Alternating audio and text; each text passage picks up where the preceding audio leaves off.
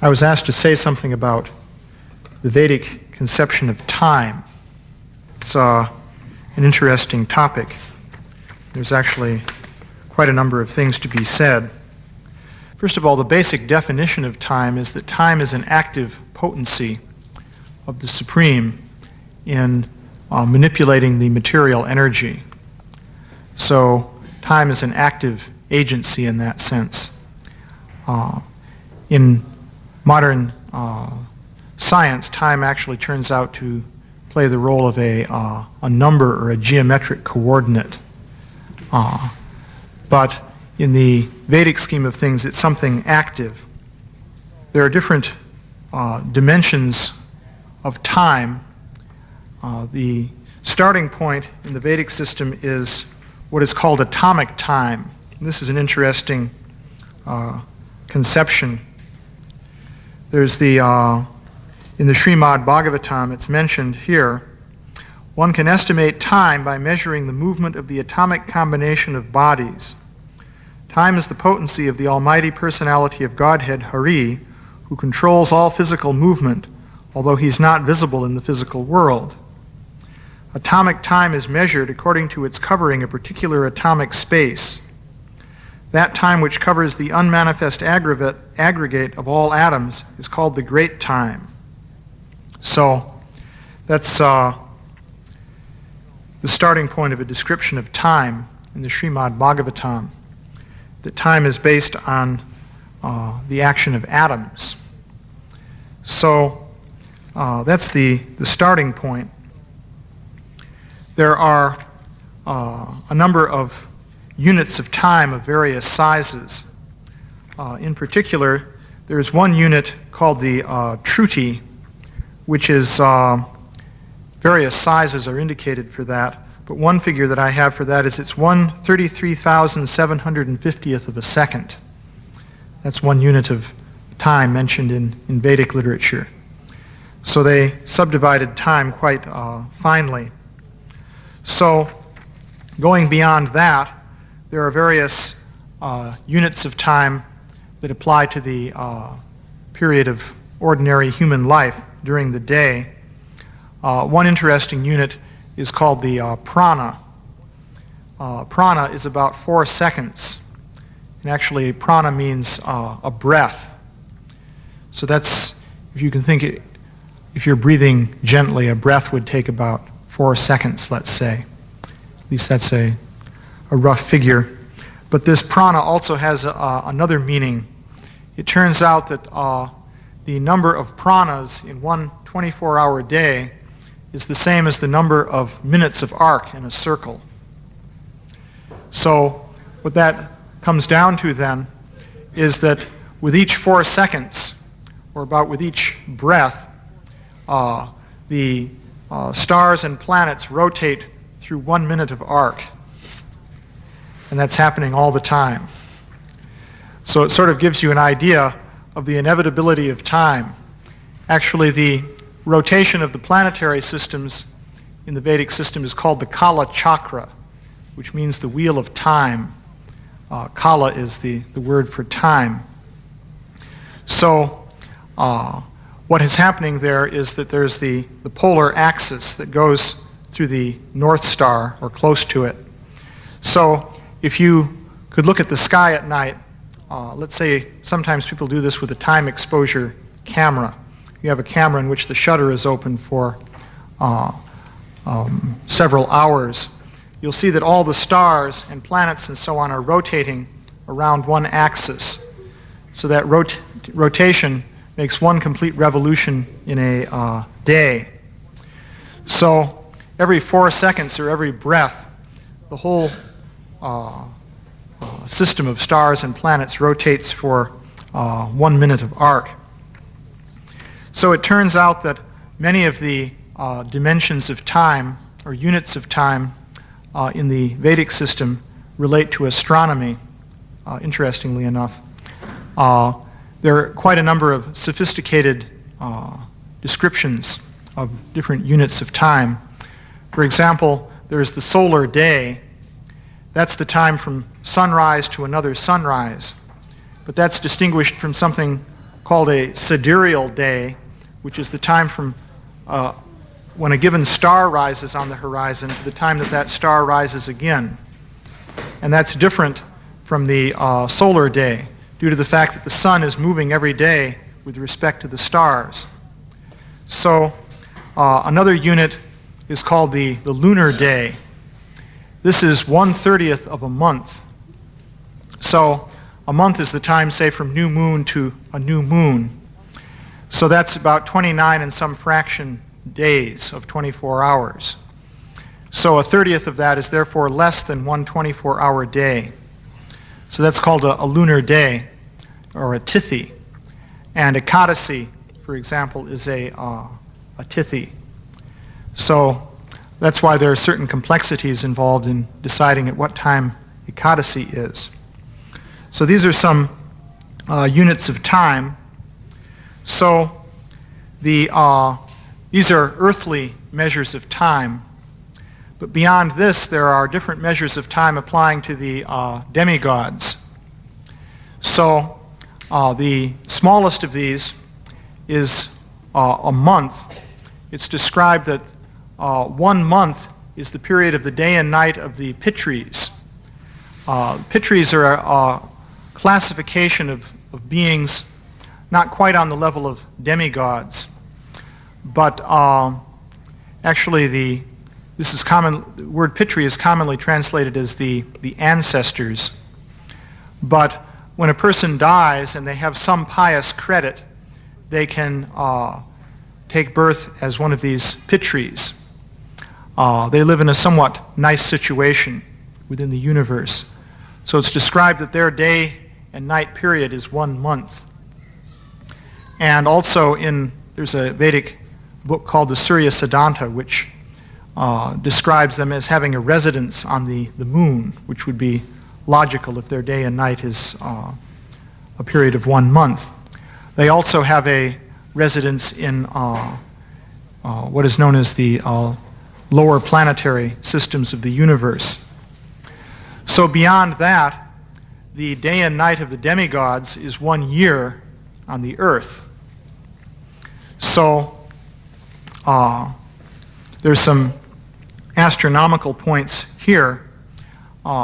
In the Srimad Bhagavatam, it's described that there are 360 days in a year, which is an interesting feature. This apparently is a very ancient system, because you'll find that the ancient Egyptians initially had 360 days in a year. Later they shifted to 365. Also the Chinese had 360 at one point. So it's a very ancient system. Of course, in that system, every few years what you do is add an extra month in order to make up the complete time for a year of 365 and a quarter days. So the year of the demigods then is, or the day of the demigods is 1 year for people on the earth. It's described that 360 days of the demigods is 1 year of the demigods. So there's a time scale for the demigods, or devas. So this is broken into periods of time called yugas. So this brings you up to another time scale in the universe. So it's described that there are 4 yugas called Satya, Treta, Dwapara, and Kali.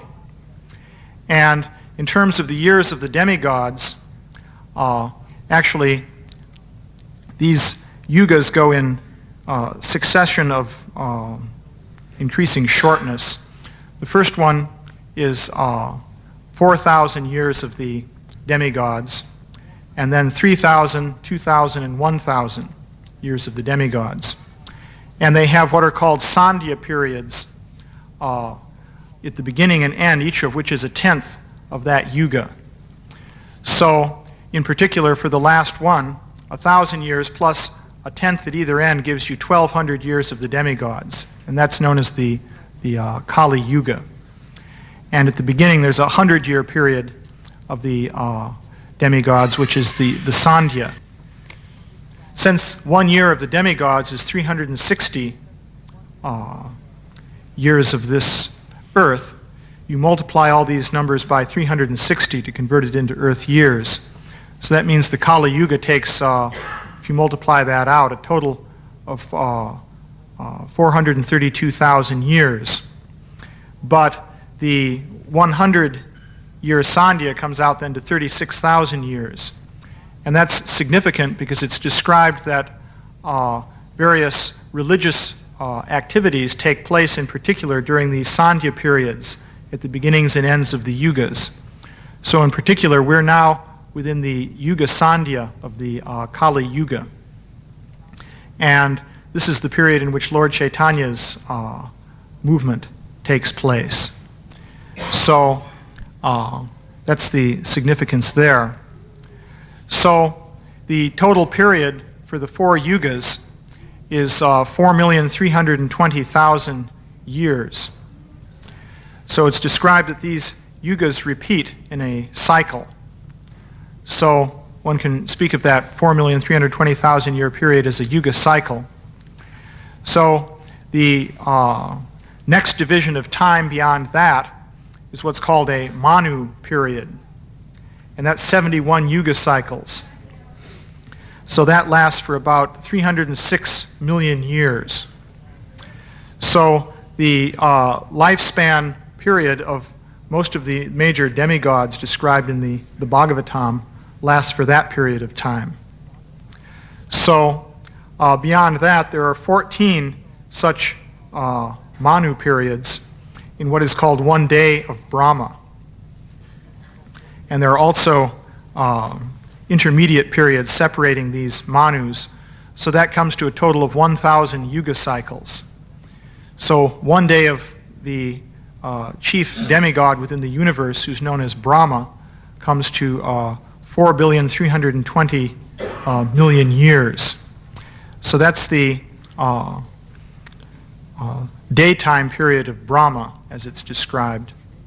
And then an equivalent period corresponds to the nighttime of Brahma.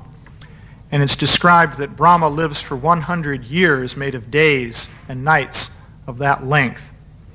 So if you, it's described that right now Brahma is about 50 years old in terms of his time span. So that comes to a period of about, it's about 155 trillion years have passed in the time period of Brahma. So this is the kind of time scale that you have in the Vedic system.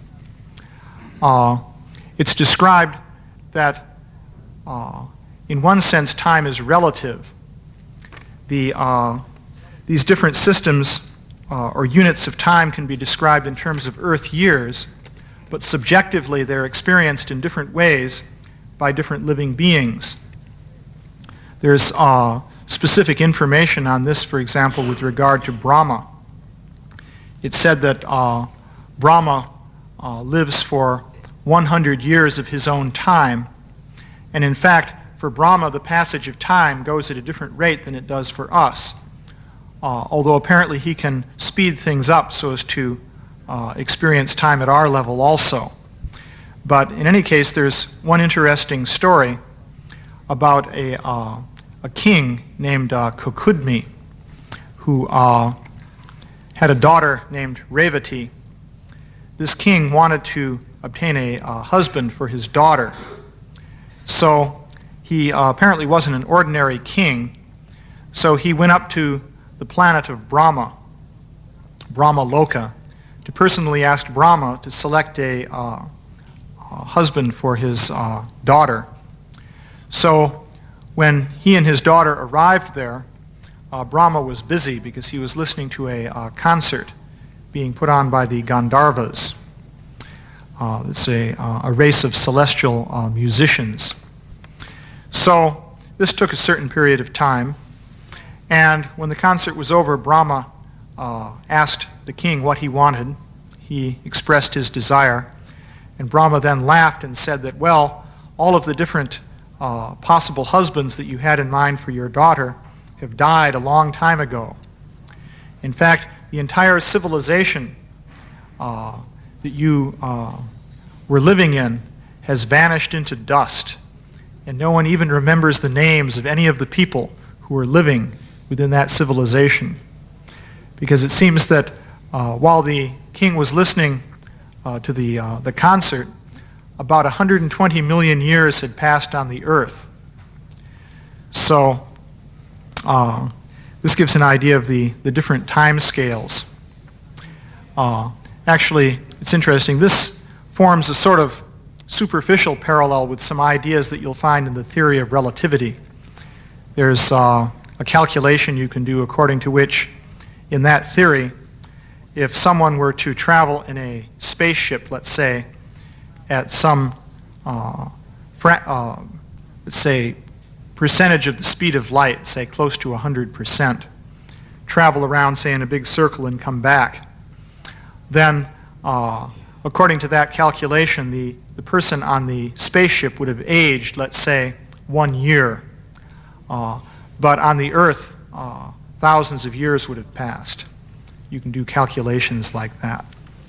So in this case, though, it's not a matter of travel near the speed of light exactly, but when one enters into the environment of Brahma's realm within the universe, the rate of passage of time is different. So 1 moment there corresponds to the passage of a long period of time on the earth. So that's one aspect of the passage of time. So let's see. There are various other aspects to this. One curious aspect concerning the nature of time in the Vedic system is that events are known in advance. And this also, curiously enough, has some relationship with the theory of relativity. It seems that in that theory, time is like a geometrical coordinate, as I mentioned in the beginning. And the effect that has is that, in effect, all events that are going to occur are already there. This is the picture that emerges in the theory of relativity. Because time is sort of like space. And so events in the future are there, so to speak, in a different region of space where we are. In fact, in that theory, it's possible to shift between the dimensions of space and the dimensions of time. So they're sort of interchangeable. So according to that idea, everything that is going to happen exists in its sort of timeless domain. And everything that has already happened also exists. So it's interesting. Einstein, in fact, completely accepted this whole picture of things. And he even used it to console a widow at one point. Einstein had a friend named Besso, actually from, I guess, childhood even. And when they were both quite old, the friend died. So Einstein said to his friend's widow that, well, you don't have to lament over the passing of your husband because, in fact, there's no such thing as the passage of time. The passage of time is simply an illusion. This was the point Einstein tried to make. Well, actually, in his theory, that would have to be true because everything is there, all laid out, so to speak. According to this idea, a human being is what he would call a space-time worm. You can imagine this worm. At one end, there's a baby, and at the other end, say, an old man, and in between, all the different stages, and it's all just there. This is the picture. Well, this seems a little bit artificial in many ways. It turns out, though, that according to the Vedic system, it's also true that all the different events that are going to take place and that have taken place are there in some fashion. They're laid out in a continuum. And that being the case, it is possible for some great sages to see the future. This is a capacity known as trikala gya, or knowing the three phases of time, past, present, and future. And one example of this would be the sage named Narada Muni. On one occasion, he was visiting Lord Krishna, and he began to describe how Krishna would be doing different things in the future. He would be killing Kamsa, and he would engage in the battle of Kurukshetra, and so many different things. So he was describing all these events in advance. So in one sense then, all the different events are also laid out in the Vedic system. So one might ask, well then, how does this relate to the whole question of free will? And is it, how does that relate also to the idea we have that we are able to act and that we're doing different things? Is this feeling we have that we're acting with the passage of time just an illusion? This was Einstein's idea. So it turns out the ingredient that is missing from the picture you have in modern physics, but which is present in the Vedic scheme, is that in the Vedic system you have the description of how the spirit soul is related to the material continuum. So time, as described in the Vedic system, applies to the material world. Actually, the spirit soul is not under the jurisdiction of time, but the material body is. So the arrangement is set up within the material world so that in accordance with the desires of the different spirit souls, the different interactions of the material elements are controlled and conducted by the action of the Supreme Personality of Godhead. Since the Supreme Personality of Godhead is omniscient, all the different actions and reactions are worked out once and for all. However, this is in accordance with the desires of the spirit souls. So, in one sense then, you could say there's no possibility of changing everything because Krishna knows everything that is going to happen at any point in time. And in fact, that implication is necessarily there if you think that God is omniscient. If God knows everything, then he can't be surprised concerning what the future is going to be.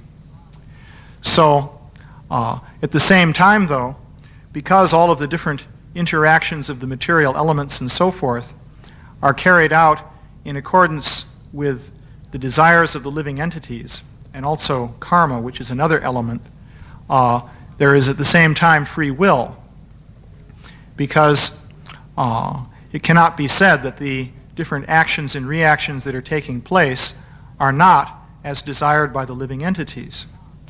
So the reason that this picture is different from the picture you have in physics, say in the theory of relativity, is that in the physical picture, the only thing that exists is the material system.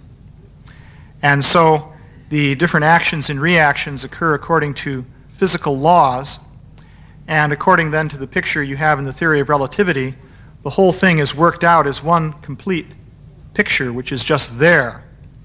And all the different parts of that picture relate to one another according to the laws. And that's the total story. So there's no question of free will, because really there's nothing to be free in that picture. There's just the physical system, and that's all that exists. So in the Vedic scheme, the total history of the interaction of the material elements is also worked out, and it's also actually there, so that a sage like Narada Muni could see it in advance if he's given the potency to see that. And that potency is granted by Krishna. But the whole thing is worked out in relation with the desires of the spirit souls, the actual living entities. So since in the Vedic system there's something there to be free, you can have free will. You don't just have the material continuum. At the same time, however, Krishna knows everything that is going to happen. That's the nature of the position of God, being able to know everything. But there's no contradiction there. It's just like, in one sense, we can see that in ordinary life, in the example of, let's say, a young child. It's a somewhat crude example, but you may know what a young child is going to do, but that doesn't mean that the young child doesn't act according to its will, even though you know exactly what it is in advance. So similarly, Krishna knows everything that is happening. So that is another aspect of time. The spirit soul is under the jurisdiction of time as long as the spirit soul is caught within the material universe. The soul also can exist in a liberated state, completely free from any influence of matter. Yeah? When a so-called mystical moment happens, what's the relation of that to the spirit soul when time tends to stand still for the individual, psychologically? Well, what happens, as I was describing, from the point of view of the experience of time, there are different scales of time. I mentioned that story of the king. He began to experience time on a different scale because he went into a different environment within the material world. So even within the same body, it is possible to experience time subjectively on different scales. Now, if one has a purely spiritual experience, that would be totally beyond time. There's an interesting description in the Brahma Samhita. There's a description here of what the spiritual world is like. And it's kind of interesting. I'll just read this. It mentions a number of things. Time gets mentioned toward the end here. So the description is, I worship that transcendental seat known as Swetadweep, where as loving consorts, the Lakshmis, in their unalloyed spiritual essence, practice the amorous service of the Supreme Lord Krishna as their only lover, where every tree is a transcendental purpose tree, where the soil is the purpose gem, all water is nectar, every word is a song, every gait is a dance, the flute is the favorite attendant, effulgence is full of transcendental bliss, and the supreme spiritual entities are all enjoyable and tasty, where numberless milk cows always emit transcendental oceans of milk, where there is eternal existence of transcendental time, who is ever present and without past or future, and hence is not subject to the quality of passing away, even for the space of half a moment. That realm is known as Goloka only to a very few self-realized souls in this world. This is 100% bliss, and everything is everything else. Yeah, this is the spiritual world. So this is described, and you can actually know that in this world, although it says only a very few self-realized souls actually realize this. But the feature of time here, it's interesting the way it's described. In transcendental time, nothing passes away. So we were describing how going up through the system within the material universe, there are different rates of passage of time. It's not that Brahma, however, is sort of like acting in slow motion. His consciousness can do more, so to speak, within any given moment of time. So the final state of time is spiritual time, and in the situation of spiritual time, in one sense time stops because nothing passes away. But in another sense, there are all these activities which are being described. In fact, there are pastimes in the spiritual world. Of course, the word in Sanskrit is lila, but in English, pastime would seem to mean that time is passing. But at the same time, no time is passing. So you have a sort of paradoxical situation in the spiritual world in which everything is present all at once, and at the same time, time is passing in the sense that different events occur. Nothing is ever lost. So one refers to the eternal pastimes of Krishna. They have different variegated aspects, and yet they eternally exist, and they are eternally enjoyed within the spiritual world. So from the point of view of material experience, it's hard to understand what that is like. Although if you extrapolate from even an experience of a timeless moment in this world to its ultimate limit, one could get some idea of what the spiritual experience would be like. But the only way to really know is to go to the spiritual world. Actually, one interesting aspect of time as described in the spiritual world is this is very similar to the principle of Achintya Bheda Bheda Tattva, which describes the relation between Krishna and his energies. Because Krishna is one, and yet he has many different energies which are non-different from himself. So how can that be? Well, Lord Chaitanya explained that there's actually a fundamental axiomatic principle of spiritual knowledge, which he described as Achintya Bheda Bheda Tattva, or inconceivable simultaneous oneness and difference. And the idea there is that Krishna is one, but at the same time he has variety. And on the level of the Supreme Personality of Godhead, oneness and variety are there simultaneously. So we see in time, on the spiritual level, it's a similar situation. There are events, and at the same time, nothing ever passes away. So you have oneness and variety within time on the spiritual platform. Yeah? Is it fair to say that Krishna consciousness is a scientific method in order to arrive at this state, make a possibility and arrive? Yeah, that's what it is. Yes, is this just theory, or is it possible to actually experience this? But it is possible.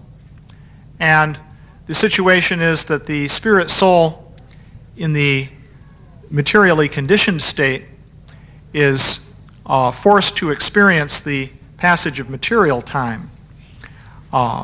So, of course, the nature of this material time is that we're sort of moved through the sequence of material events in which some things are in the future and we haven't experienced them yet. Some things are happening right now and some things are going into the past. It's like that with every breath the universe revolves by 1 minute of arc, and it's inexorable and inevitable. So, but this state of affairs for the spirit soul is not the only situation. One can enter into this spiritual realm of existence. And that's what the whole purpose of Krishna consciousness really is, to be able to reach that level of spiritual existence. So we really are not free to make a choice as far as our incarnations in the future, or our liberation. Well, you do make the choice. Krishna knows what it... How do you make the choice? Well, you make the choice in terms of your desire, just like it's all worked out. But because you're desiring in a certain way, that's why Krishna has worked that out to happen in that way. Because he knows what you'll desire. He also knows the point where you will desire to be free from all this. Actually, in the Brihat Bhagavatamritam, it's interesting. It's the story of a person named Gopa Kumara. It's a description of his spiritual journey, so to speak. So at a certain point in his life, he met a guru. Actually, he was living in Vrindavan. He met a self-realized soul, and he was taught by that self-realized soul to chant the holy name of the Lord, and he began to do this. But many long years passed, and different things happened. And so it's a description of his experience. And it described that he went through the different levels of the universe. He spent time in Svargaloka as a demigod. He went up to Janaloka and Tapaloka, which are still higher planetary systems.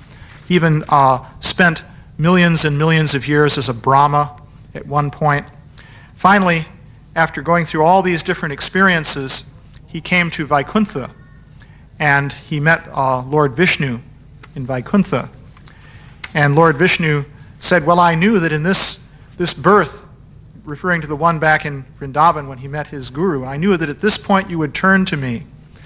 And it was so long that you didn't turn to me. I just was hoping that you would do that. But since I knew that you would turn back to me during this birth, I put you in contact with this guru. And so now at